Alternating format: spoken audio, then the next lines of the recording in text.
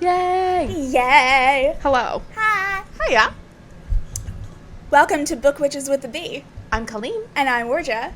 Welcome back. Hopefully Welcome welcome back. We're going to say if you're at this point in the series, it's probably a welcome back. Oh, yeah. But if it's your first time, welcome. Welcome. Interesting episode to start on. Actually, no, truly. But yeah, we're glad you're here. Either way. If you've been watching all of our episodes, you'll notice that I look a little different than normal.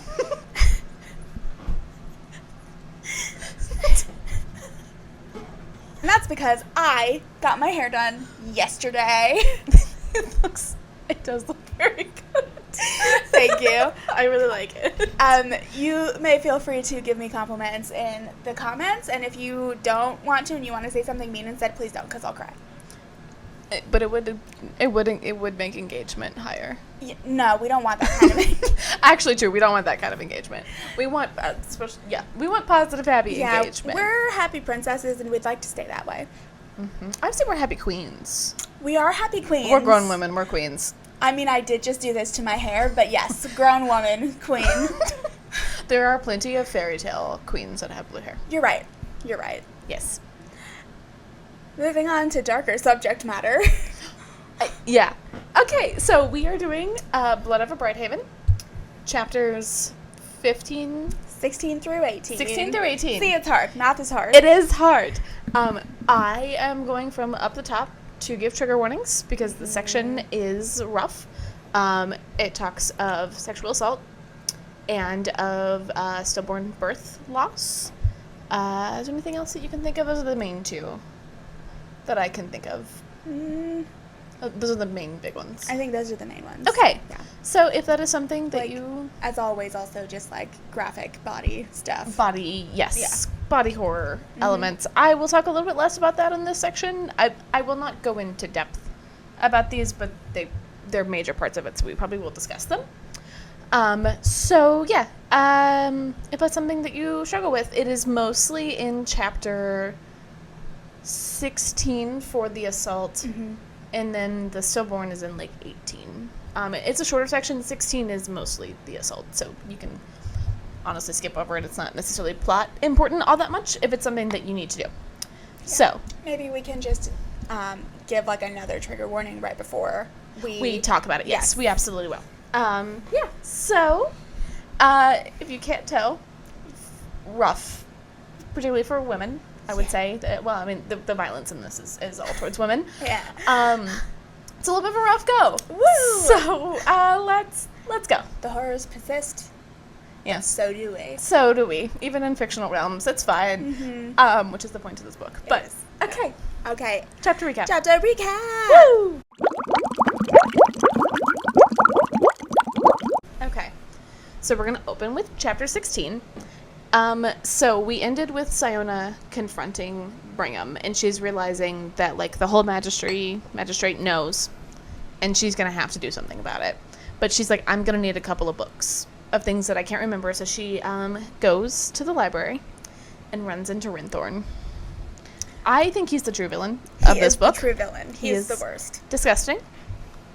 Trigger warning. Oh, yeah, trigger warning. This is where the assault talk is gonna happen.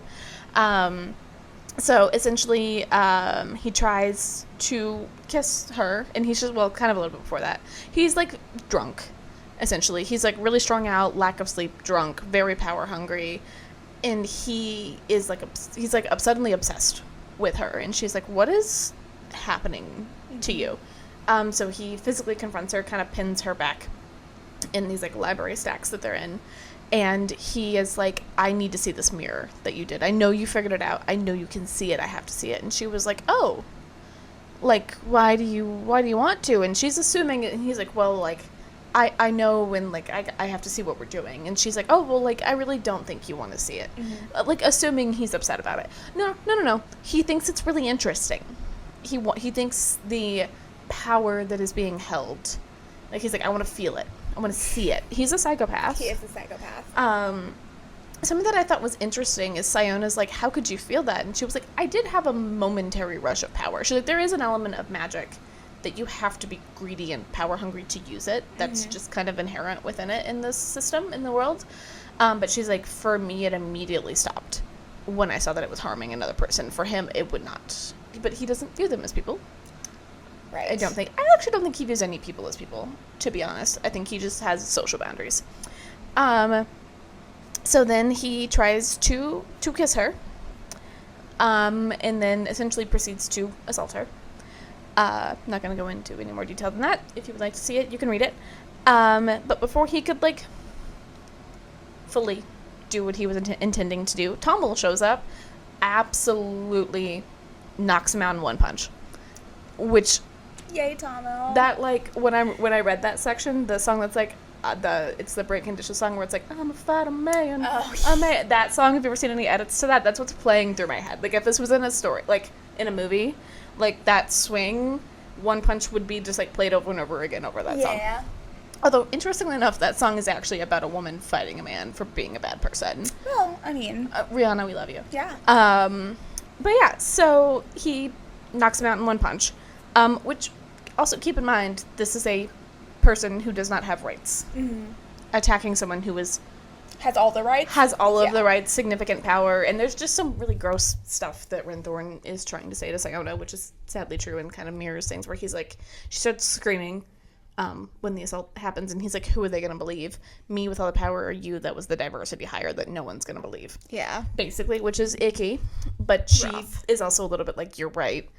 So Tommel comes in, absolutely waylays him, and he's like trying to be really careful to not touch her, because he's like, I don't want to, like, I know you're going to be fragile and upset right now, and she's like, come here, big boy. Yeah. And just absolutely throws herself in his arms. Yeah. And starts crying, which is the beginning of a long series of crying. Just a lot of tears. Yeah, which... Valid. She's had an emotional breakthrough where she starts feeling everything. It's the worst. Never stops. It does not stop. And it's good for her. It is. She doesn't know what to do with it. Yeah. So basically, so this is all happening. She's crying, having a whole meltdown. And then a bunch of the other magistrates, honestly, I didn't write their names down. They didn't really seem relevant. They don't matter. They really don't. I don't think they deserve to have their names said here. I agree. They come in and they're like, did this Quinn man attack you? Which is their assumption. Which I'm assuming this is supposed to mirror the, I think it's Emmett Till thing. I can't remember the exact case, the name, but I think it's Emmett Till. It was a black gentleman who got into an elevator with a white woman, and she started screaming and basically insinuated that he had attacked her. This was false, but they did end up lynching him. Yep. I'm assuming this is supposed to be mirroring or similar to that. That makes sense. But except Sciona's like, oh no, I don't want Tommel to be hurt. So she basically is just like trying to think of the best way to get him out of it. So she decides to say that she has her like exploding canister things, which we also learn is like a regular part of this world here, and like the upper mages have their own version of it that's more powerful than her version, which I thought was interesting. Yeah, but we can get into that later. But I thought it was really intriguing. And she's like, I told him to bring it to me, and it like exploded and did all of this stuff. And so she like essentially just fires him, and they take Tommel away, essentially saving his life. So she's, happy with that. So then she is essentially just like, I need to go home. This whole ordeal just kind of, I need to leave kind of thing. She does end up vomiting into a trash can. Fair. And she runs out. But before she does that, she goes and finds the janitor, who I did not write his name down. Damask. They only said it once, and I was listening to it at like 1.7 speed, so it was just kind of a blur. But she goes and finds him, and she's like, hey, who cleaned up the 4th floor the other day? And he goes, oh, that was me. And she was like, oh, okay, my spellograph, what'd you do with that? And he's like, oh, they weren't going to fix it, so we threw it away. She's like, can I find that? So she like goes through and starts like picking up all of the pieces, which she learned from Alba, because Alba put spelographs together, which I thought was really sweet and interesting. So she's picking up all of these pieces, and she starts asking him, like, oh, like, I don't recognize your tone. Like, you sound different than my friend Tommel. And I think it's really interesting that she says my friend, which I think is why because the janitor knows Tommel. Yeah. This gentleman knows Tommel, and I think he's like, oh, okay, she's asking me questions. No, she seems to. Yeah. So he's like, oh, yeah. And he tells a really sad story about his people and his life. Yeah. And how, like, he's pretty much the last one, similar to Tommel and Kara. So, Kara. Kara. It's Cara, so I want to say Kara, but it's Kara. Yeah. And so she's like, hey, will you help me stop blight? And he goes, yeah, I'm 80. I'll do whatever. She goes, can I have her keys? He gives her the keys. And that's basically the end of chapter 16. Yeah. So, rough chapter. Okay. Then we go to chapter 17. So Sciona goes back home and is like, hey, Alba, put this back together. And she's like, oh, yeah, easy work. She's kind of, like, excited about it. Yeah. And she's like, I know this is, like, a lot to ask of you. You've been at work all day. Like, and I know you mostly do clocks. And she's like, oh, they train us on all of it at the same time. And she's like, Alba definitely told me this. Didn't remember it. Yeah. This is like Sciona slowly realizing that maybe she sucked a little bit for most of her life. Mm-hmm. So she's like, oh yeah, but like I'll make sure like you do the dishes, I'll do this kind of thing. And so they're doing all of that. She puts it back together. And she was like, yeah, I always assumed my aunt and Alba did this because they were like, you're going to ascend to greatness and it's going to help me. I think they just might have loved me. Yeah. Just like a genuine revelation for her.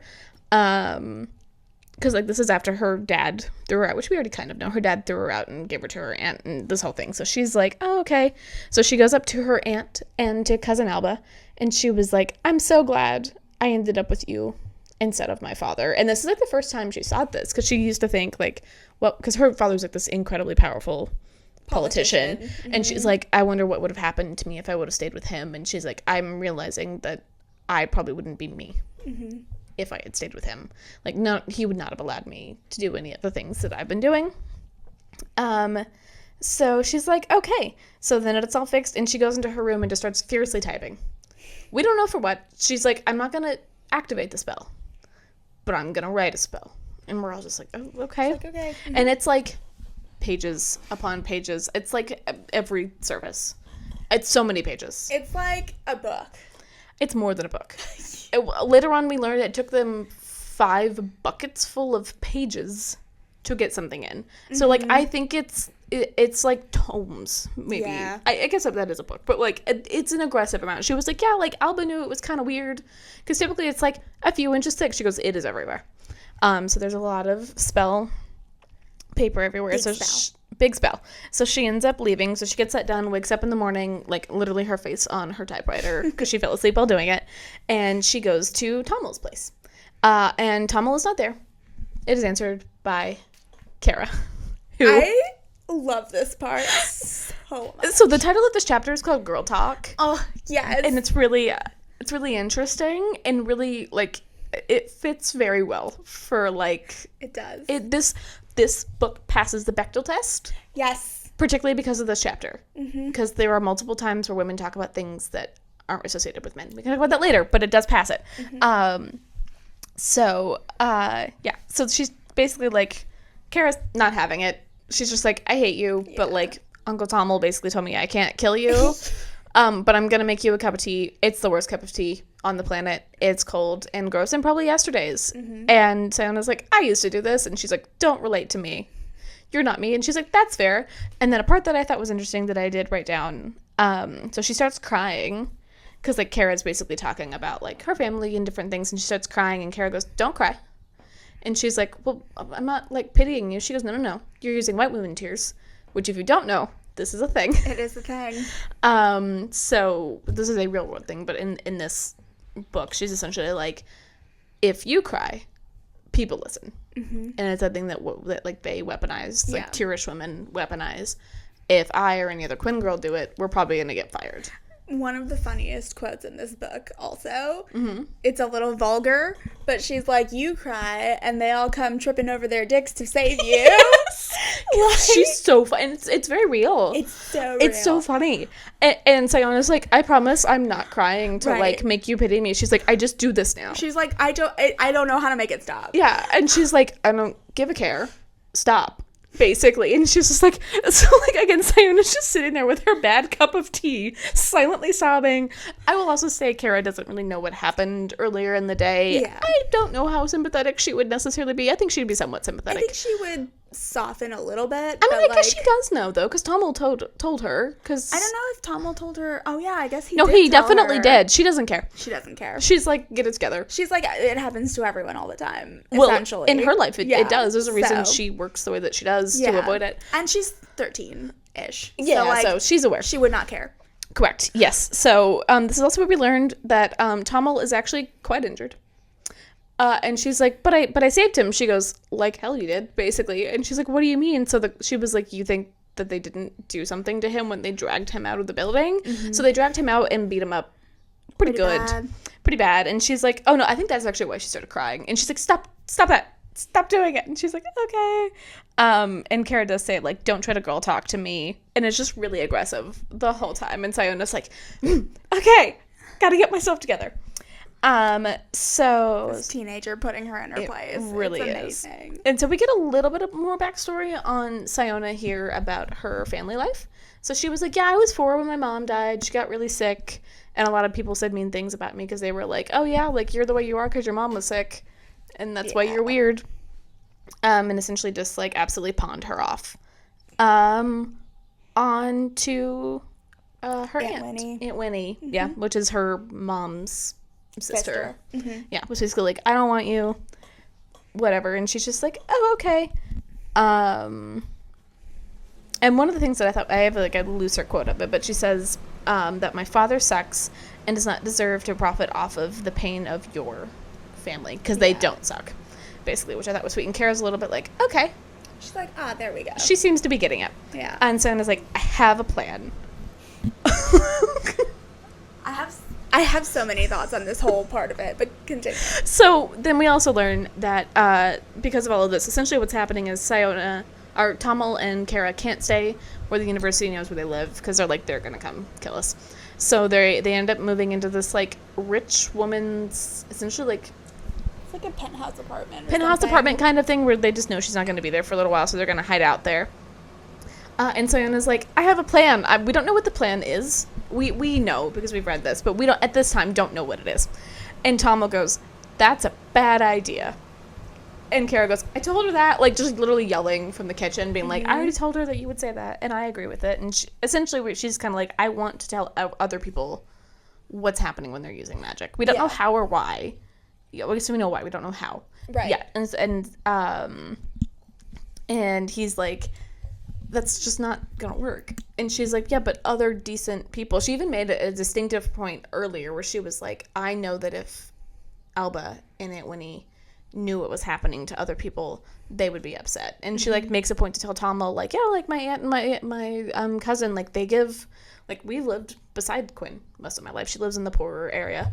And like they give them Christmas presents just like anyone else in my block. And he's like, well, yeah, but he's like, I have lived as a Quinn. I know how people are. Mm-hmm. They suck. Yeah. They're going to continue to suck. And then she's like, oh, okay, whatever. And then she was like, you seemed to know about Rinthorn. Yes. What's up with that? And he was like, yeah, so what he, again, a little bit of a trigger warning here for assault things. And he's like, oh, yeah, you're not the first person he attacked. You're probably the first Tirish woman he attacked. And she's like, what do you mean? And he's like, well, he regularly attacks Quinn women, particularly people who would clean offices and the maids. And so it was mentioned to the gentleman that she got the keys from. Yes. And he intentionally made it where only men worked on that floor. Mm-hmm. And moved them around. And when Rinthorn figured out, so Tommel was the one that told him that his regular maid, which apparently means this happened frequently if it was his regular maid, where she was, and he said, oh, she's moved to a different floor. I think it was a beaker. Pretty certain, yeah. He broke a beaker and stabbed Tommel. Yeah. Not once, but multiple times. With it. Totally got away with that. Nothing. No repercussions at all. And she's just like, she was like, oh, that's why you hated him. Yeah. And kind of also like, why didn't you tell me? And he's just like, it wasn't going to change anything. Yeah. At this point. So one of the things that he's like using to convince Sciona that like people are people, including his people, which I thought was interesting. He was like, yeah, so there was a tribe that was like the most peaceful. They mostly grew They were, like, basically vegetarians, hardly ever killed anything. And then when the resources got slim, they turned into cannibals and hunted my tribe. Like, that was what they turned to. He's like, people are people, and they will resort to very bad things when push comes to shove to survive. That's what your people are doing, essentially. And she's like, yeah, but we don't really need to. And he's like, spiritually you do, for you to maintain that. And it kind of, like, hits her. And she's like, okay, but essentially this is the only reason I'm still alive and not having a spiral. And he's like, what I'm going to tell you is if you do this, don't do it for me. Don't do it for the Quinn. He goes, be selfish and do it for yourself. Yes. Because I don't want to feel like I'm held accountable for whatever comes. He's like, whatever happens. And he's like, you're going to die. This will kill you. And she's like, no, it won't kill me. And he's like, you think the most powerful people that kill recklessly without abandon is going to care that much about you? And like, I think in her mind, she's like, I know I'm going to die. But she's okay with that. Yeah. Kind of thing. But she's like, okay, I have this failsafe. I'm ready, but Tommel, I'm gonna need your help. And he's like, what? Yeah. Yeah. And then she tells Kara, she's like, you're gonna love this. It's violent. And that's the end of chapter 17. Yeah. And just so you know, we're being really vague right now because we're not gonna find out what it is until it happens. Correct. We don't know. We know she's written all this spell work, and that, like, that has something to do with it, and it does have something to do with all of the magistrates being in one place. Yes. Which is why she has to do it, like, either that day or the next. I think it's the next day. It's the next day, And they're all gonna be, it's Farron's Eve. She has to do it on Farron's Eve because they only all come together once a year. So, like, she's rushing through this. So it's like, the timeline of it is that she has to do this step tomorrow, because if it doesn't go well, her failsafe then happens to fall on the only time that they're all together. That they can all do. Yeah. A kind of thing. So I just read the chapters for this. So yes. It's very fresh in my mind. I'm like, it seems like I'm being intentionally vague. The book is intentionally vague. It is. Like, we know something's happening, and we're just kind of walking through it with, I guess, Tommel. We're like in Tommel's shoes. Okay, so chapter 18. Woohoo! This is the kind of, like, fun chapter. Yeah, it's like a montage, but not. It's a spy montage. Yeah. It's like, or like a now you see me, now you don't montage. Yeah. Maybe. So Sciona and Kara sneak into the Mgistry dressed as Quinn janitors. Yes. So Siona's in Tommel's clothes, so they're huge. Just absolutely. They drown her, but she's like, it makes me not look like a woman. Like, my hair's all pinned up. They're like, no, and Tommel's like, no one's gonna look at you, and Kara's not convinced. Not Kara. Siona's not convinced. Yeah. So this is where the 5 trips thing comes in. So Sciona is carrying 1 bucket. Kara is significantly stronger and thinks Sciona is a weak, gross woman, and tells her frequently. It's so funny. It cracked me up so much. She is hilarious. She's so funny. She gets like a fuller character in this section, and so she's carrying 2 buckets full of paper. Right, like, that's how much paper is in these things. They're heavy. And they have to take 5 trips between them. So how many buckets? I'm not going to do the math. It's a lot of buckets. 15. There we go. That was simple math. I just didn't want to deal with it. Okay. So they have to take 15 buckets of paper. And so Siona's just kind of wandering, and Kara's like, do you not know where you're going? You work here. And she's like, I don't come to this part. And she's like, dumb. That's stupid. Like, she's just the sassiest. The like black, when we can talk about this in deep dive, but like the black and white of Kara's world is so refreshing. No, it is or it isn't. Yeah. There's no gray area. Especially in this book where just like everything is like kind of gray. Everything, like, there's no white. It's like gray to black. Yeah. Yeah. So like her like black and white is super refreshing. It is very distinctive. Yeah. So Siona's just kind of wandering around, and she's trying to find the old reserve siphoning towers, which, like, you can kind of see. Like, she's like, I know they're here. We can see them. She's like, I'm not quite certain how to get to them in the building, but she's kind of, like, following the vibrations, essentially, because it's putting off so much energy. It's like that hum. I don't know if you've ever been in, like, a area with a lot of generators or, like, different things where you can feel that hum. It's kind of that feeling. That's what I'm assuming is happening. And so she's basically like, hey, so these are the machines for the siphoning zone. And Kara goes, oh. And she's like, yeah, these are the machines that killed your parents. Yeah. And Kara's like, so how do we break them? She's like, well, we can't bomb them because they would withstand that. But I've done something better. I've written a spell. So that's what all this spellograph paper is. So The speleographs, there's 2 per. One is always working, one's in reserve, and they switch midday at noon. Every day to switch back and forth, and they like load the papers every day in there. And so she's setting up a spell for the next day. We don't know what the spell is, but we know it's supposed to make them stop working. Yep. In theory. So she basically tells Kara, do this, and she shows her, and then she like shows her again, and she's like, I got it the first time, I'm not stupid. Like, it's putting paper in a slot. Yeah, like I'm good, I can do this. Cool, thanks. And she's like, cool, great, yeah, like, and so she's like, I have to sneak into the Archmage Supreme, which is also, I think, the first time we've heard of this man. It is. I was like, absolutely, I was we've like, heard his name before. Yes, but which, like, again, we're not mentioning any of the high mages names because they don't deserve it. They don't deserve it, and also there's a lot of them, and I don't want to keep up with that. No, it's because they don't deserve it. Like, there's just a lot of them, and I just don't think they're necessary. Like, we They're hear not. them because I think in theory they're important to Sciona, but like from a me standpoint, like, I guess I'm pulling a Sciona. I could care less about their names. Same. So she like walks in there, and she's trying to find the plans for the barrier expansion, essentially, which again is also like not really something we've heard of that I know of. The barrier expansion? Yeah. It's the whole reason that she was hired. Is it? Okay. They're presenting their... Oh, that's why he has the... I guess in my Yeah. mind, she's just been working so much on her, like, spell web thing. Yeah. That's what I've been focusing on. No. So, like, initially the spell web... Was so they could Was expand the for barrier. expanding, Got you. yeah. But so she knows... I'm guessing she's looking for Windthorn's plans. I don't really know who she's looking for. She's looking for some sort of plans Yeah, I don't know. for barrier expansion. We don't really know whose, and it's in this fancy man's place that's... Sorry, I didn't mean to sound so, like... No, it's fine. I was like, that's fine. That's fair. So they're expanding. They're doing all of this stuff. And so she's like, great, I'm gonna, get in here, get this thing. Immediately the door is open. And she's like, there is not a single place to hide Yeah. in this room. So she, like, grabs them, shoves them in a bucket, and then just drops to her knees and is, like, cleaning the carpet. Cleaning the floor. The carpet part will come up in a minute. And so they're essentially, like, talking about this barrier expansion. And they're like, yeah, like, if we expand this, we're going into, like, other foreign nations. And he's like, that's God's will. And he's like, I don't know about that. Like, he's not really arguing against it. He's just like, think about it. Yeah. More than anything. And he's like, this is God's will. That's what the Archmage guy is saying. And, Yeah. and the other guy is just like, oh, okay. Yeah. And then they finally notice Sciona. And she realizes that she has, 1, not been moving her rag, and 2, she's on carpet. She is cleaning the carpet with a rag. And she's like, oh no, they're gonna find me out. They're gonna find me out. And he's just like, boy, leave.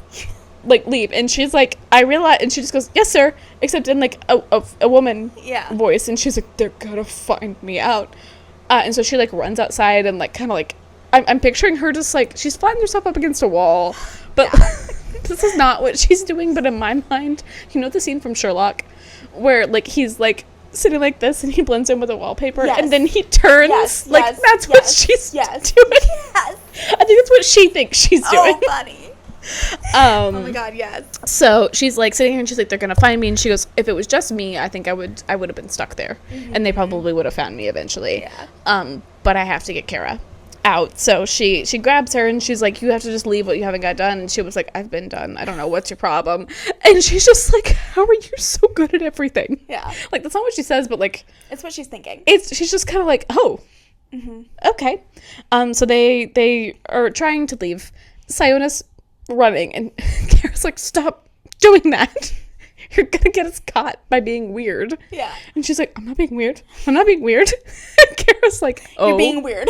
Kara's like, oh my. So she like gives her this heavy bucket that forces her to slow down. She's like, good. Much better. Much better. Like, honestly, I think Kara could have done all of this on her own. She absolutely Without could have. Sciona. She's a chimney sweep. And it would have been She could have done all of this by I know. herself. She has the skills. It would have been fine. Part of me is like, I think Sciona next time should just send Kara. Yeah. But, so they eventually meet back up with Tommel. We're almost to the end, I promise. So she meets back up with Tommel because he's waiting at the train station. He's like, you're here. And he like goes to grab Kara, but ends up grabbing Sciona in the process. And he doesn't realize he's doing it until he's like, brown hair.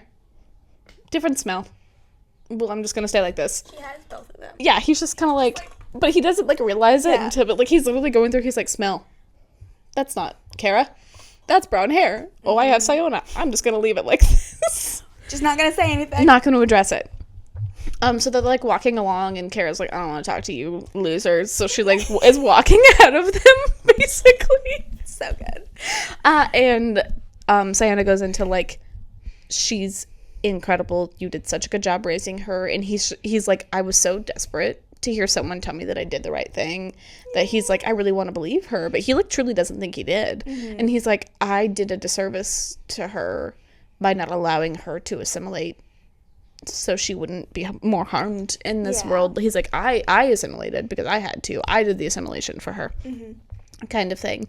And she's like, as someone who was raised to go against what is expected, please continue. And he's like, I never really thought much about it, really from her perspective, but, like, from her standpoint, she would have to kill a part of herself to fit the societal expectations that were put upon her. And, like, they're not even really expectation, they're basically law. It's law, yeah. Essentially. Like, she's kind of fighting against, not law, but it's like the rules. It's the religious law. Yeah. Which they live in a theocracy. So she's like, oh, and he's just like, oh, okay. And then she's like, did you ever want to have kids of your own?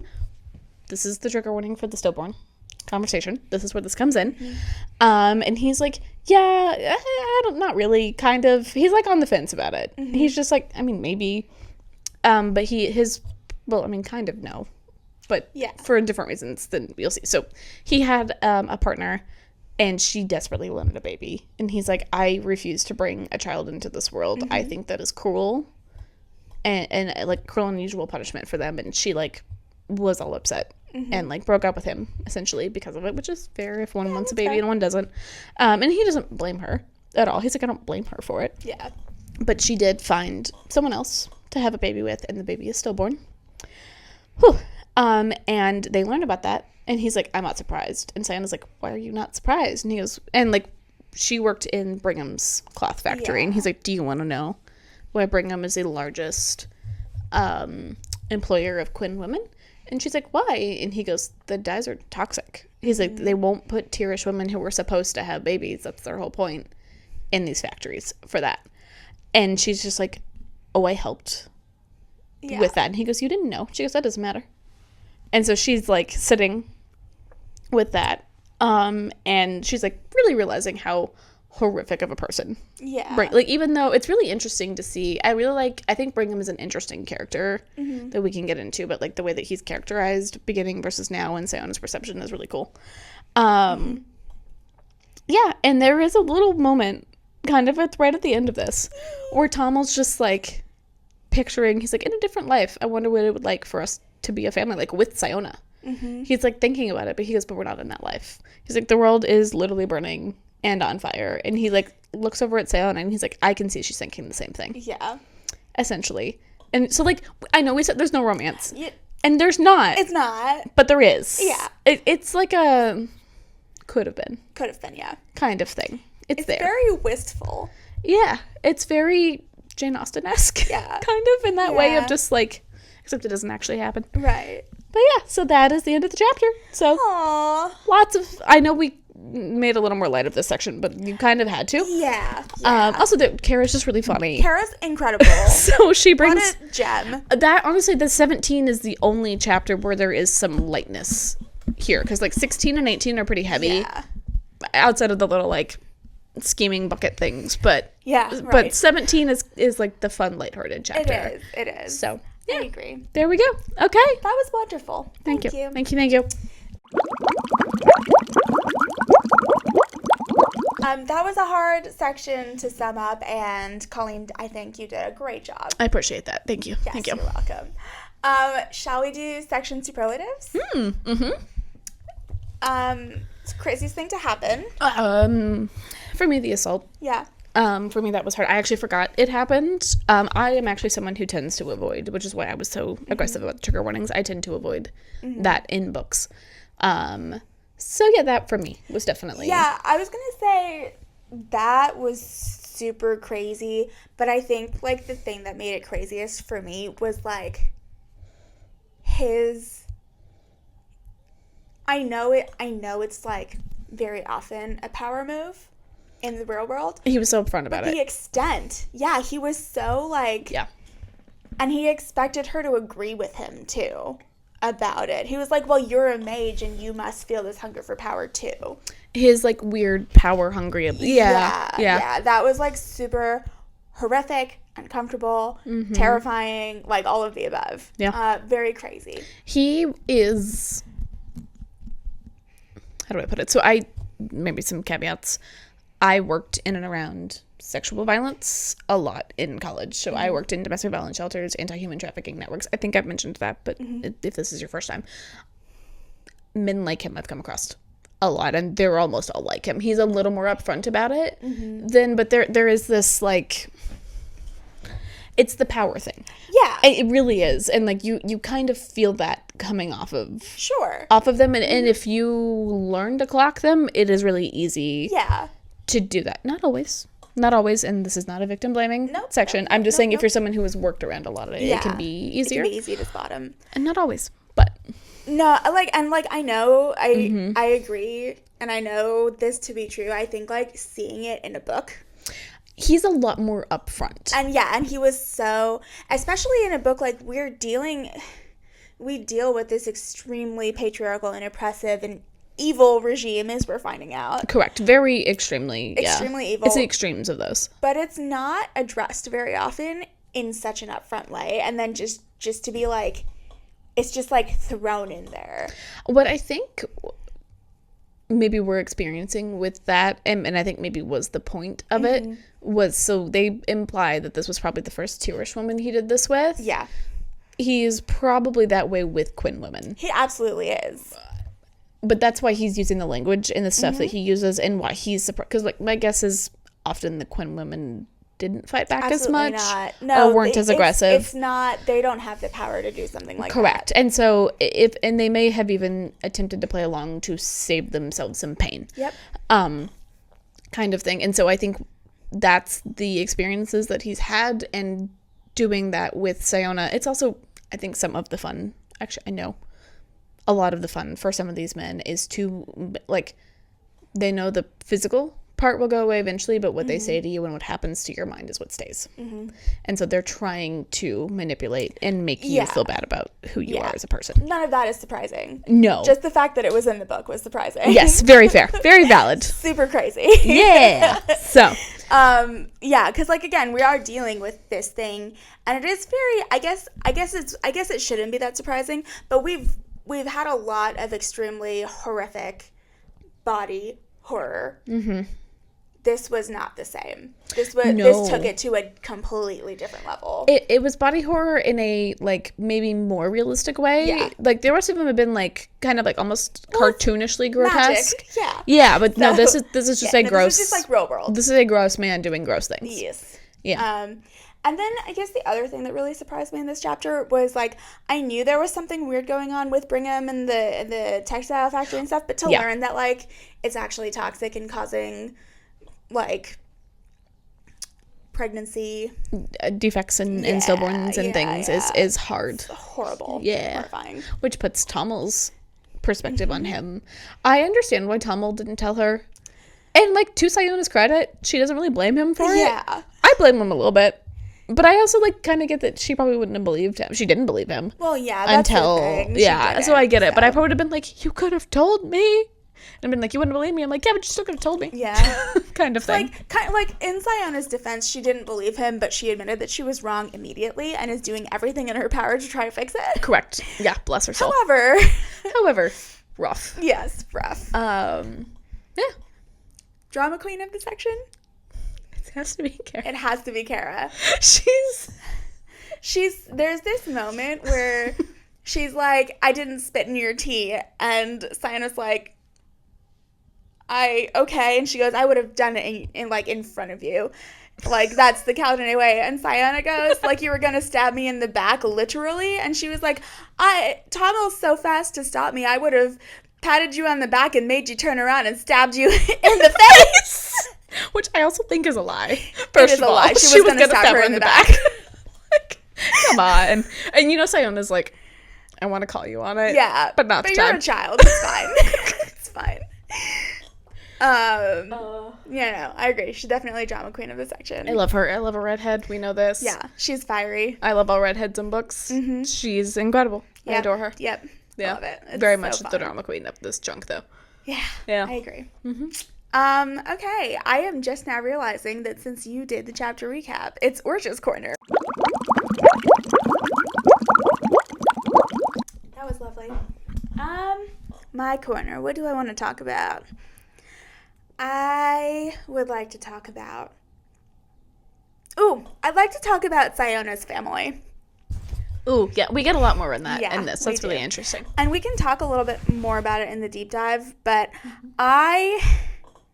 there's just like so much to dig in. So we finally have it confirmed, because it's hinted a lot. Mm-hmm. We have it confirmed that Sciona's dad, it's like Again, he's another man that I don't care to remember his name. Parasmus? Something with a P. Something with a P. Some sort of fancy. It sounds very like British aristocracy. It does. Name. Yeah. It does. He is a very, very powerful politician. He is her father.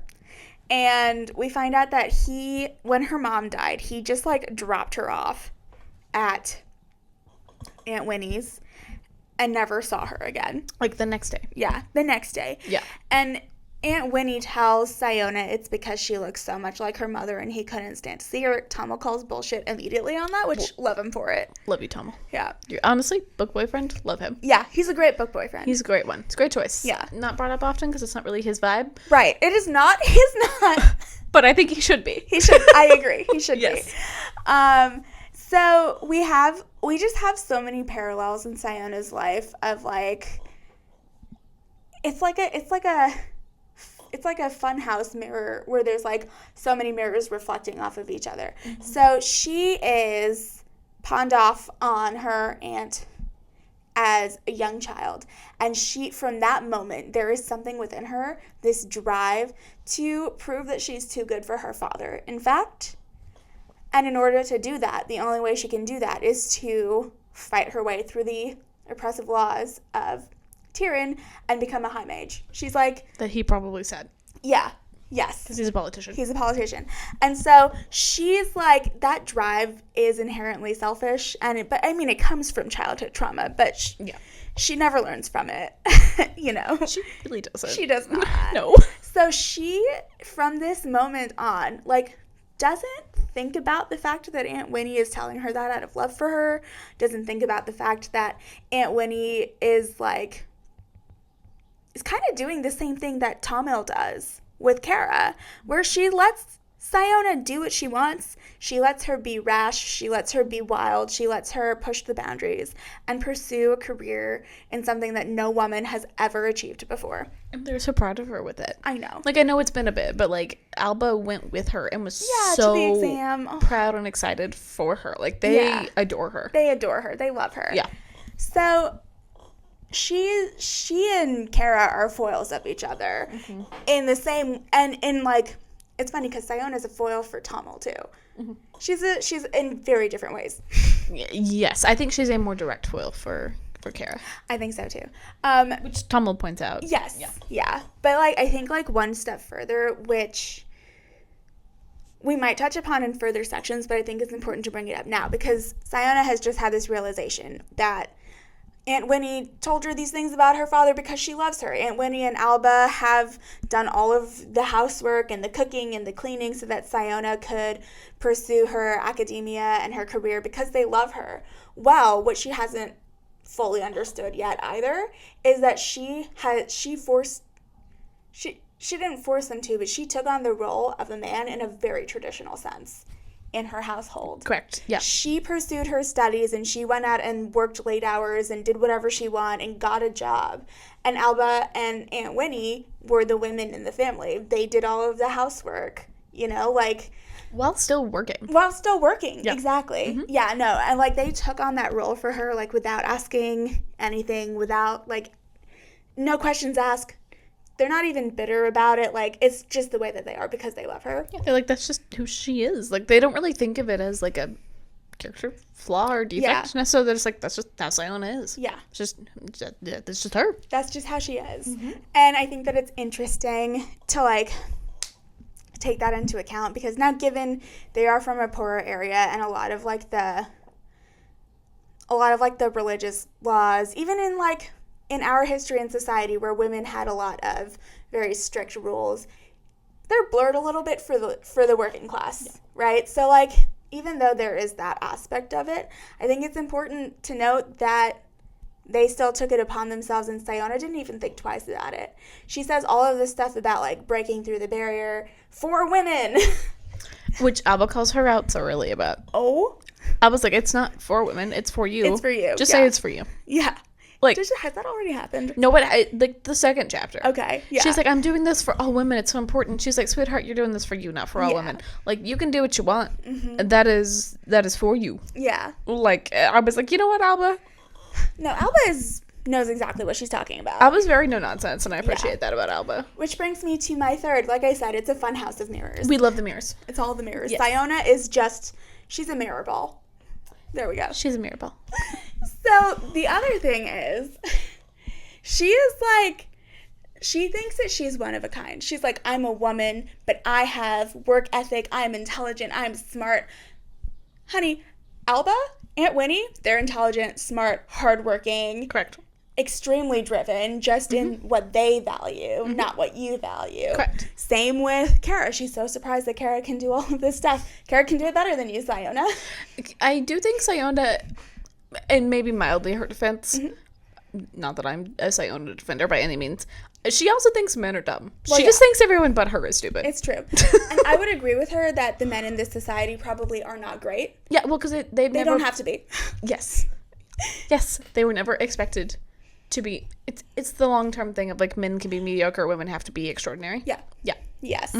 So I think, like, just the fact that it gets brought up, like, Alba can fix the freaking spellograph super casually. Is like, oh yes, let's do this. It's like fun for her. She's like interested in it. She's incredibly mechanically minded. She is. She's like, even Sciona was like, darn, I thought I got all the screws, and she's like, oh no, you got this exact named screw that's missing. Right. And I'm like, yeah, this is a broken apart. Like, if you've ever seen a typewriter, I went through I am who I am. I went through a typewriter phase. If you've ever seen them, the components are insane. Yeah.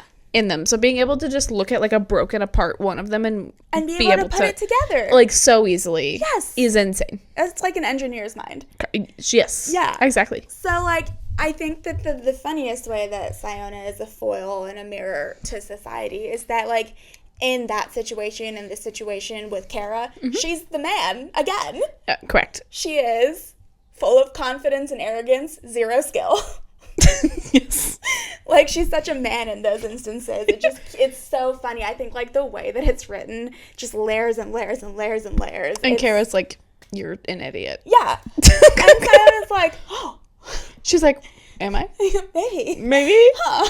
She's like, this girl's really mean, but I really like her. Yeah. So I just wanted to talk about the genius of Sciona's character. She really does, like, reflect everything around her in such a nuanced way. She does. I mean, she's definitely a product of her society, and it's written incredibly well to show that. It is. It's so good. And to be clear, I don't mean Sciona is reflecting her society. I mean, she was written too. Yes. ML Wang. You're a genius. Or Wang. I'm actually not. I thought about that today. I was like, I don't know if it's Wang or Wang because it's Wang. Yep. I've been saying Wang, but then I realized it could be Wang. It could be. Dear author, we love you. We are so... sorry.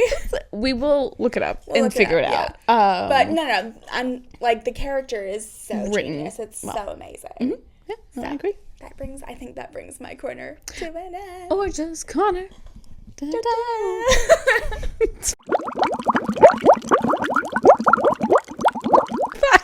Okay, comes to an end. Okay, let's do this. Deep dive. You can tell this section was rough by our general demeanor. Right, like the rougher a section is, like the sillier we are. So we've mentioned it, but it's also just easier for recording, but I like to listen to it right before we record because it's so fresh in my brain. Yeah. I was laying in bed crying while reading this. Like, listening to it, I was like, oh, I'm crying. Like, this is rough. Yeah. Yeah. So Colleen knows this. Work has been absolutely nutso, bonkers, crazy. Like, there's not a word that depicts how crazy it's been lately. Chaotic. But, like, times a million. Yeah. It's been wild. And so I was listening to this while I was dealing with some hard issues, and I was like, this fits. I would stop. Yeah. No, I was like, my soul needs to, like, disassociate. Yeah. I've been disassociating all week, guys. Oh, lovely. Yeah. I do that. I mean, I did get my hair colored blue. I did make the appointment on Tuesday for Thursday. I didn't realize that. She's been talking about doing it. I didn't realize it was that quick. I have, but I was like, maybe I'll do it, like, later. And then on Tuesday happened, and I was like, I'm doing it on Thursday. You know what? You did mention, you were like, I made it for today, and I was like, oh, okay. Like, and I didn't think it. I'm also hair I'm impulsive with. Like, so I very differently dyed mine blonde a while back, and I, like, made it, like, a week later. Yeah. But, like, once I decide I want my hair to be a color, that's just it. I'm like, oh, no, okay. No need to wait. Like, I'll just find a place and do it. But so the month of June has really been crazy, but this week just, like, really. We're also getting over the heartbreak of not seeing Hosier when we thought we were supposed to. I know. It's fine. Yeah, Hosier. You're the reason my hair is blue, so thank you, I guess. He would love that. Yeah. He would. He would, yeah. Side note, because I know we talk about Hosier a lot on this show. We love him. We love him. But I love him. My husband and I were listening to him. Joel and I were listening to him. Yeah. And he was like, I want to say that he writes music for women, but he doesn't, does he? He just writes really good music. And I was like, have you ever listened to any of his lyrics? You should listen to the lyrics. And he was like, no, I guess, like, not really. And I was like, all of his lyrics are like, I'm not into monogamy and I'm a big red flag, but I like ya. It's not music for women. No, although he does have there's a few songs that can be more interpreted that way. Yes. But yes, he just writes really good music. Correct. Although, I mean, some women might be into that. I mean, yes. Yeah. Yes. Yeah, I would think the women that he's into, hopefully, are into that. Well, as someone who has, who has been to, will be 5 Hosier concerts. Yeah. Hosier's main demographic is lesbian women. Mm-hmm. It is. Actually, weirdly less in New York. Very much in the Midwest, it is. I noticed it less in New York. It was. When we went to see him in New York. Actually where Woodstock was, which was really cool. Which was awesome. It was very fun. But I would say it was less. I guess it wasn't that much, yeah. I mean, there was a definite. I could tell. Yeah, but, like, not in the same way. Like, you haven't been to one here. No, I haven't. It was. That's so funny. Like, they held up a lot more of, like, the flags. But again, also it's the Midwest, so New York's just more liberal. It is. In general, Missouri is a red state, so. Sure is. St. Louis is not, though. St. Louis is very blue. New York would be a red state if it weren't for New York City, to be honest. And Westchester. That's fair. Like, all of the main cities. Which is a lot of them. There's a few of them. Yeah, so, there's a few. St. Louis it's basically St. Louis and Kansas City. Yeah. For Missouri, which are, I mean, big for us, but small in the grand scheme of how large the state is. Yeah. Yeah. Anywho, deep dive discussion. Oh, yeah. Sorry, This was us dissociating. I will forever talk about that word. Love that man. Hosier. Call me. Yeah, Hosier. Slide in our DMs, please. Yeah. I think you're actually... She is into, I think, monogamy. Very much into monogamy. But also red flags. Ayo! Hey! I actually was reading a book today, and it killed me. This is not an original thought. I'm reading another podcast episode that we've done by Ellie Hazelwood. She was like, I love men with red flags so much, I would be really comfortable in a room full of Switzerland flags. Oh my god, that's so funny. And it was just such a really funny thought. That's so funny. That I really enjoyed. So, yeah. But yeah, no, red flags and me, they're not, all flags are red. Yeah, whatever. It's totally fine. Red's my favorite color. It's one of mine. It's probably my second favorite. Green's my favorite. But yeah. Anywho, okay, deep dive. Let's go. Where do you want to start? Oh God. Do you want to start at the beginning of the chapters, or do you want to have a specific topic? Let's just go random. Rando. What do you think her big plan is? Oh gosh. Okay, I have to actually not give away what the actual plan is. Mm-hmm. Honestly, at this point, I had no clue. I'm gonna be honest. When I read it, I also read this book. By this point in this book, I was so, like, destroyed. I was like, I don't even care. Yeah. Like, just do it. I thought that her plan was to, like, shut all of the power off in the entire city. Yeah. And just like, while people were struggling to try to find a way to, like, I thought that her spell was going to, like, self-destruct the siphoners. and so shut off all of the power in the city and take away the bubble. Okay. And, like, I didn't know where it was going to go from that, but that's my mind was like, she's going to shut it down. So she's going to pop it like Glinda does? Yes. Yeah. That is actually very accurate. Okay. Really similar to what I thought was going to happen. Got you. Okay. Yeah. Yeah, I don't remember thinking I really knew. I will state, this is something about me. When I am reading or watching something, regardless of what it is, I'm not trying to figure it out. Oh. If there's a mystery, like, I'm really not theorizing. I'm just like, oh, what is it? Let me know. Like, I'm like, oh, I have to keep reading so I know. Like, I'm really not sitting here. My mom is not the same. Mom, love you. We've talked about this multiple times. Hate watching mystery things with you because she is constantly trying to figure it out and then usually does. Yeah. Because she's very smart. And honestly, I don't figure it out. I think that's why I stopped trying. I'm like, I'm never going to know what it is. That's fair. So I just don't try. No, I love that. That's fine. I also don't do things that I'm not good at. Because I'm like, well, this isn't a strength of mine, so I'm just gonna, it's fine. That's fair. I do other things that I'm not good at. This is, like, the one area where I was just, like, I also think it's because of the way I consume media. I'm not really I think if you listen to any of our podcasts, I am not a plotline person. Yes. I am a character person. Yeah. I love characters. I love the way the characters are built. Like, that to me is delicious. Yeah. So I'm looking more, honestly, if I put my character skills with the mystery part, I probably could figure it out. But I'm more looking at, like, why is this person doing this thing? Yeah. Like, that's tantalizing to me. I have a question about that. So, like, characters are huge for me. And I like thinking about the motivations, but for me, and I think that this speaks to the different way that we read things. Yeah. For me, it's the character arc. It's like the story of the character. Yeah. I am super plot-based. I love characters, but my favorite thing about a movie, TV series, reasons why I watch TV series over and over again, I love watching the journey of a character and, like, looking at where they started and where they end. Okay. And how they got there. Yes. Is that a big thing for you, too? It depends. I think it depends on how the character arc is written. Okay. So if the character arc is only there to forward the plot, no. If the character arc is, like, genuinely because that person is growing, absolutely. Because that's what makes them interesting. So I think this is where my, like, sociology-ish brain comes in. Because, like, I want to know. So it's more of, like, contextual. So, like, I'm looking at, like, okay, this is the environment that you're in. Why is this the way you're behaving? Oh, that's why you're behaving. You were raised in this thing. That totally makes sense. Okay. And then they're put in the new environment, and I'm like, they're going to evolve because they're in this situation now. Yeah. And if they don't evolve, I don't necessarily, like, care that much. So if they don't evolve, it kills me. I stop watching shows, or I stop reading or listening to stuff because they don't evolve. I'm like, how can you be so dumb? Well, so Which is mean, but... I'm similar in the way of, like, if I find the main character insufferable and I know they're not going to change, I can't handle it. Yeah. But it's just, again, it's because that character to me is so central to what I'm focusing on. Yeah. That, like, case in point, Elena Gilbert from The Vampire Diaries. I was going to bring up The Vampire Diaries, too. Because, so, what I find really interesting is everyone else around her, fascinating. So amazing. And, like, you learn a lot about them, and you learn the social context, and I'm like, this is the social context of vampires in this world. Yeah. Right? And, like, that's, I want to gobble that up. I want to eat it up. But, like, Elena, Nina Dobrev, this is not about you. No, Nina Dobrev, you're amazing. We love you. Yeah. But, like, you were given what you were given. Yeah. But Elena Gilbert. What about Catherine Pierce? I think Catherine's interesting. I love Catherine. I like Catherine, but Catherine is interesting. I just want my characters to be interesting. Similarly, like, with, like, Klaus. Klaus doesn't really change that much. He doesn't change, and that's why I couldn't watch the originals. I realized. See, I am an originals...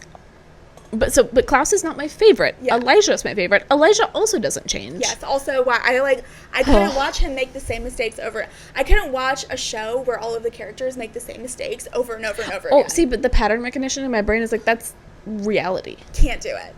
That for me, I was like, oh yeah, of course. Yeah. The reason I like The Vampire Diaries is because they do change. Honestly, I think, like, Caroline's character is, like, my favorite. I love Caroline. I love her so much. Yeah. And it's also the reason why, even though, again, Bonnie, don't remember the actor's name, but I love you. You're great.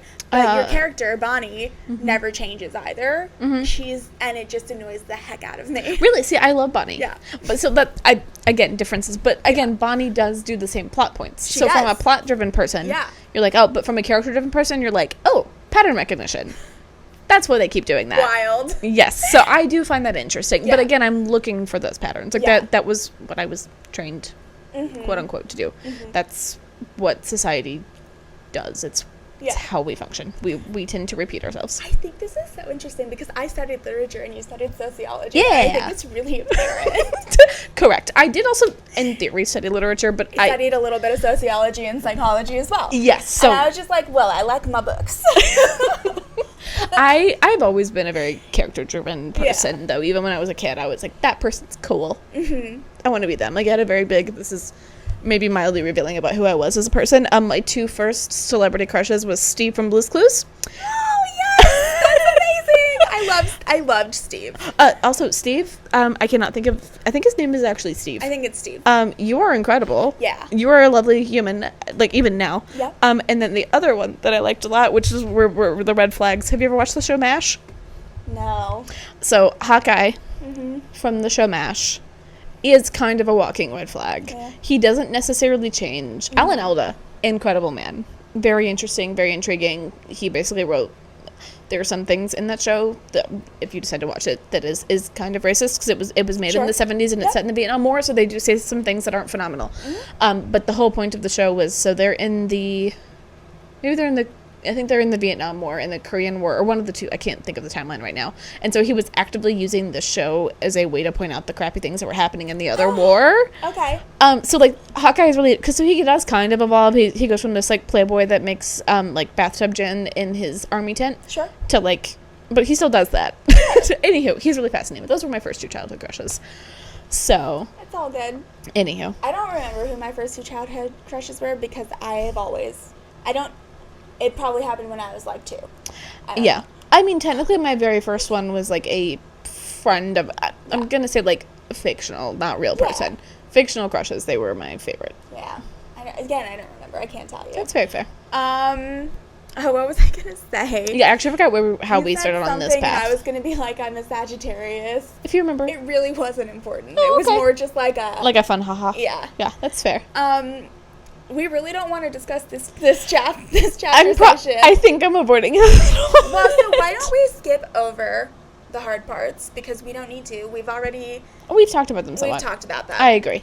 Let's talk about... We've talked some about Kara, but we can talk more about her. You're on a mission. Yeah. And Kara gets to plan it. And you don't know the end goal. You don't know the majority. You don't know the end, like, you don't know, like, the plan. Yeah. You don't know the majority of the plot points, but you know the reason for it, and you agree. Do you do it? If Kara is the one that's planning it. Ooh. I'm going to say no. Only because, not that I don't think we'll get it done, but I am Sciona in the weak department, and she's going to physically assume that I can do something that I can't. Okay, you get veto power on one point in the plan. Yeah, absolutely. There we go. Following her into battle. It's mostly just like she's going to have me climb up a wall. Yeah. Can't do that. I agree. But if you're Sciona, then you can figure out a way scientifically to make it happen. Like I would figure it out, but I would just be like, Kara. Yeah. That's not a capability of mine. She'd be like, that's dumb. And I'd be like, it is, but I still can't get up there. I would 100%. Absolutely. No questions asked. I would be like, yeah, let's do this. That's fair. And then, like, if we, in the process, if we got to a point where I was like, yeah, I can't do this, I feel like Kara and I could come up with a way to get over that and just, like, we would pivot. That's fair. She's very on her feet. She is very on her toes. Yeah. Yeah, she's on top of it. Yeah, she is. Yes. Tomo has a plan, and you don't know what the plan is, and you don't know the plot points, but you know the motivation. Do you go along with that? No questions asked. 100%. What? You said no questions asked? Yes? Oh, yeah. Oh, my God. I was going to say no. Oh, yeah, absolutely. No, I would follow that man to the ends of the earth. Of course you would. I love him. He's incredible. But he's very caring. So that's my thought, is he's not going to put me in any sort of situation that he genuinely thinks I am not capable of or can't do. And I think he is going to easily be able to assess what that is and make sure that there's accommodations for that. I don't think that his plan's going to be big enough to achieve what he wants. And that's why I'm not going along with it. That's fair. I'm going to bring Kara in on it. That's fair. That's valid. That's fair. I just feel like Tomo wouldn't, to be honest. Yeah. I think he would to a degree. I mean, he somewhat fulfilled his plan by punching Rinthorn in the face. He did. He's a man of action when it counts. Yes, which is what I want. That's true. That's all I need. That's true. I'm not a big plan person. Well, so I am. I like big plan. Mm-hmm. I like big plan when it comes to certain things. Other things, I don't care. So, speaking about plans. Yeah. And having plans and following along with someone when you don't know exactly what you're getting yourself into. Yeah. Sciona says, I have a plan, Uh-huh. but I need yours and Tomo's permission to do it because it has to do with what we've discovered about how your people are being treated. Yeah. So, like, I don't want to do this without your permission. Mm-hmm. They both tell her it's a bad idea. What Yeah. does she do? Anyway. She does it anyway. I mean, technically, they also told her to do it anyway.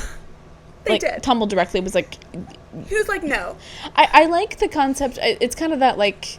Because I've been there. Mm-hmm. Where, like, I've definitely... Ashley, if you happen to watch this, I'm so sorry. You were the person that I did this to. It is my college roommate. I would get dressed, and I would ask her how she thought I looked. And I'm wanting her to be like, you look great. That's not who she is as a person. She's Sure. going to tell me what... I dressed interestingly in college. Okay? So, like, Yes. I had a very particular way that I put things together. I wanted to be Zooey Deschanel. Okay? Like, that was the vibe.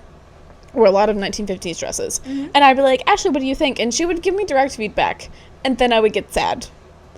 Every time. But I would still put things together and ask her. And at one point, like... I asked her, like, I think an opinion option. She gave me one of them. I went with the exact opposite of what she told me. And she goes, Colleen, stop asking me if you're not going to take my advice. That's so funny. And I did, because I felt really bad. Yeah. So, Okay. I think Tommel's kind of in that same situation of he's like, you're going to do it anyway. Yeah. Don't ask me. Mm-hmm.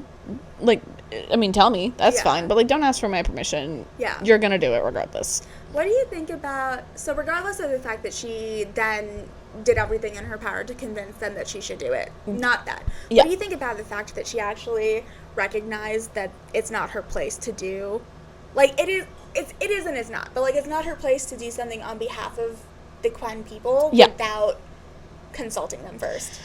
I think she is very typically the same thing as white people who figured out what racism is. Yeah. She is that to a T. Like, when they realize that's a thing, and they're like, I have to fix it. Yeah. I mean, she is in a little more direct power to, like, legitimately fix very it. much is, So, yeah. and I think she should, to a degree. I'm not saying that she shouldn't. But I think she's in that Yeah. camp. She, like, expected them to be like, oh my god, yes. Yeah. Correct. Yeah. She's still kind of in that mindset of she's assuming... She's assuming things for them. Yeah. Mm-hmm. Yes. Yeah. Yeah, she's getting there. But she's still in that camp, I think. What do you think about the fact that she complimented sorry, this isn't an interview. I mean, you have can so if you many want to. questions. No, I like it. This is exciting What for do me. what do you think, Colleen? What do you think about? I have so many opinions. This is great for me. I have an opinion about everything. How did you feel about her telling Tomo that he did a good job with Kara? I thought it was very sweet. And I think, I don't know if she did it intentionally or not, but I don't think so because she's not socially inept enough to figure it out. Or adept. Socially adept enough. She is socially inept. Socially adept enough to realize that this is something that he needed. Mm-hmm. But I do think she recognized that it was intentional. Mm-hmm. She recognized that part. She's like, you intentionally did this. Yeah. And I appreciate it because I think she does see herself in Kara. I think so too.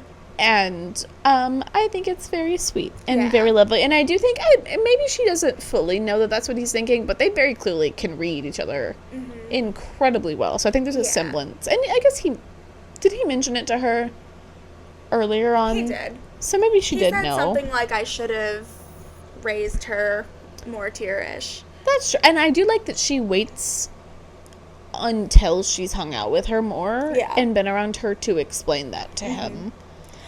I agree. I think that for all that Sciona doesn't know how to navigate emotions and relationships, she just, like, even with Tommel, even though it's different with him, she's still really bad at it. And, like, this is the one situation where she does everything right.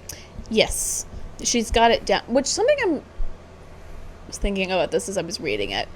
So Sciona, in her culture, very abrasive. Yes. Very direct. For a Quinn, True. that's just how they are. Yeah. If anything, she's timid. Like, she's timid compared to Kara. Very much so, which yeah. is very much. And so I think there's, like, maybe an element of, like, fresh air, which I think is why her and Tom will work. Tom's, like, she's pretty Quinn. Yeah. As a woman. I think you're right about that. Like, I think that's that's how, because, again, as a white woman that is also often considered too direct and abrasive, sometimes hanging out with people of other cultures that are also that way, it's kind of nice. Yeah. Because you're not viewed. There's still a thing that you have to navigate, because then you can be the overbearing white person in a setting full of people that aren't not white people. But there can be this, like, breath of fresh air where you're around people and you're like, oh, I'm not the abrasive one. Like, that's just part of the... It's just, like... Not that group is aggressive or abrasive, but, No, it's just, like... from a white cultural standpoint, it's different than this cultural standpoint. Well, I don't know if you know this. That was a joke. I don't know if you know this, but white people tend to be really stuffy and unemotional, so... I'm aware. Yeah. I'm a very passionate person, if you can't tell by our breadth of work. Yeah. that we have posted. I have a lot of opinions and a lot of very passionate feelings about those opinions. Yes. Sorry, that was a joke, but it's... No, it's true. I'm thinking, like, the English person. Well, so, like, very British people. I will also say that is something that, like, I had a culture shock about moving from the South to the Midwest. So Southern people, particularly Southern women, it's me. Yeah. Like, we're very bold and, like, not all of us. Okay, like, I'm aware. Some have the whole Southern belle stereotype I have an issue with.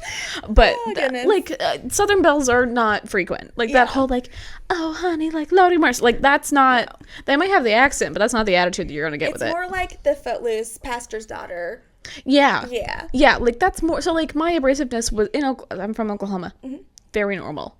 I moved to the Midwest, and everyone's like, wow. You have so many thoughts, and I'm like, these are normal thoughts.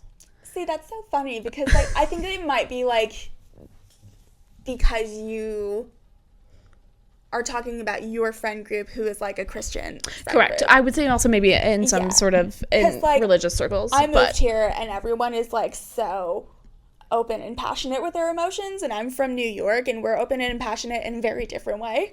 That's fair. That doesn't match this.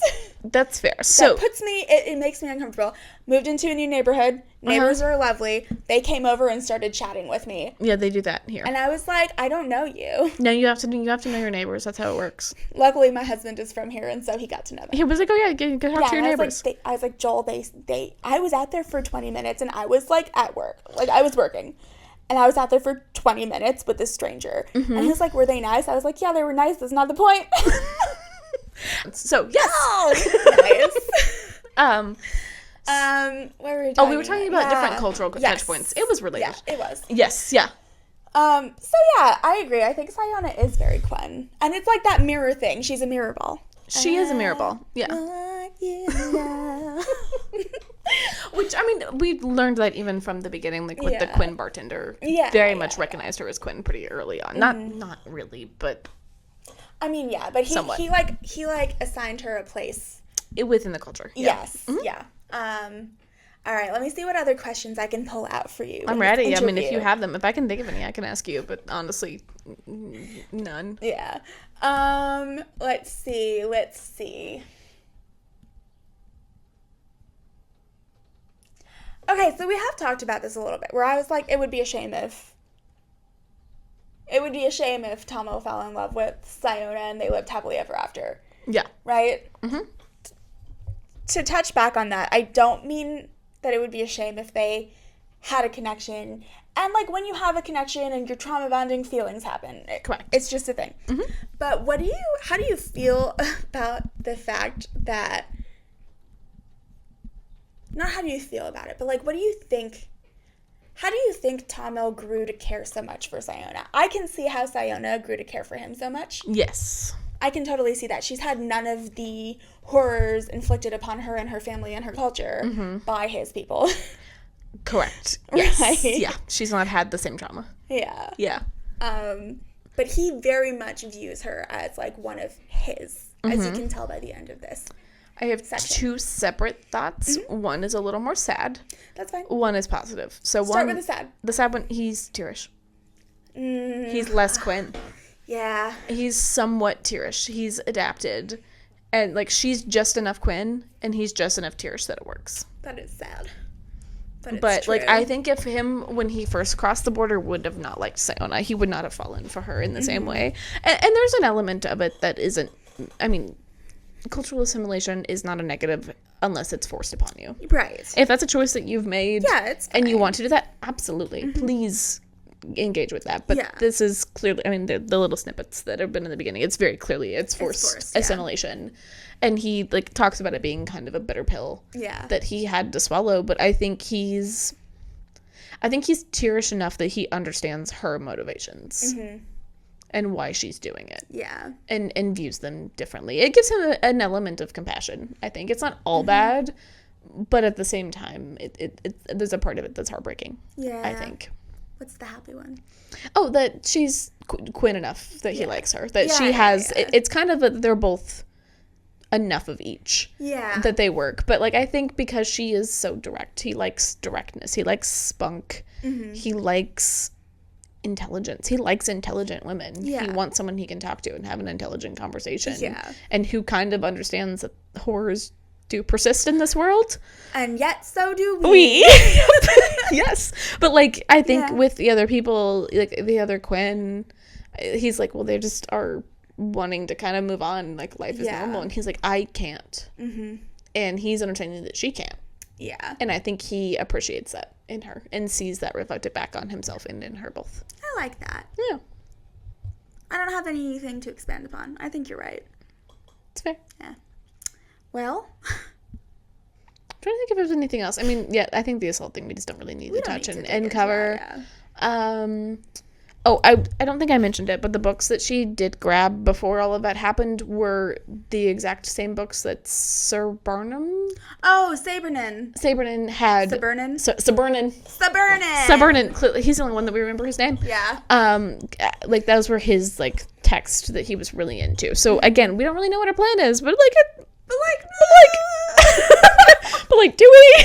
Because we know what he did. Yeah. Which, so... I don't know. We don't know if she's going to start unraveling the whole magistrate or not. We don't. But it'd be just payback. It would be just payback. Yeah. So I think this is the point in time that we can decide. Oh, if we want to finish or not. If we want to finish it out or not. Yeah, let's see. I say if I do the chapter recap, if you can edit it. I can. Let's power through. Absolutely. Let's do it. Yeah, that's fine. All right, so we are going to, I mean, it would be very hard to stop after 3 chapters in the last section of this. I think it's going to roll. It's going to roll. Yeah. So on our next episode is actually going to be the last one of this season. I'm sad and kind of okay with it. I, too, am sad and okay with it. This book is incredible, and, yeah. But, you can tell it's been rough. It's been a little of a rough journey. We knew it was going to be this rough, even though we had both read it. I think I had an inkling. Yeah. I was a little bit, I think I even asked you in the beginning. I knew it was going to be serious. Yeah, I was like, are you okay with doing this? Because it's going to be... Yeah. But, I didn't realize, because, I don't know, we read... Fourth Wing was rough in an entirely different way. It was just a lot of emotions and roller coaster. Yeah, which it's supposed to be like an action roller coaster movie. Right. That's the point. And so I don't think that even if I had thought about it, I don't think I could have prepared myself for studying this book in the way that we do on our podcast. It forces you to focus so much more on it and reflect on it and process and deal with it. Yeah. You can't just breeze on through. Yeah. Yeah. Correct. So we are going to be finishing up the book next week. Yeah. And then we have our anniversary. Oh, yeah. In 2 weeks. 2 weeks. So we should cook up something special for that. I'm sure we can. We sure can. Okay. We'll think about it, and we will let you know what our plan is. We'll see what we do. Figure it out. Yeah. So until next time, buckle up, folks. This is the fun part.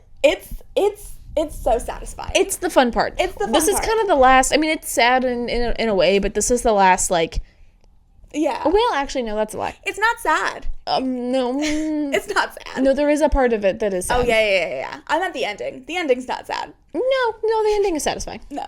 Yeah. We get through some more sad, but it's mostly fun. Yes, it's more fun than sad. It's not this section. No. Yeah. No. So It's going to be a cakewalk compared to this section. honestly, yeah. Yeah. It will be. It will be. It'll be very freeing. So yeah. So, yeah. We will see you next time. All right, bye.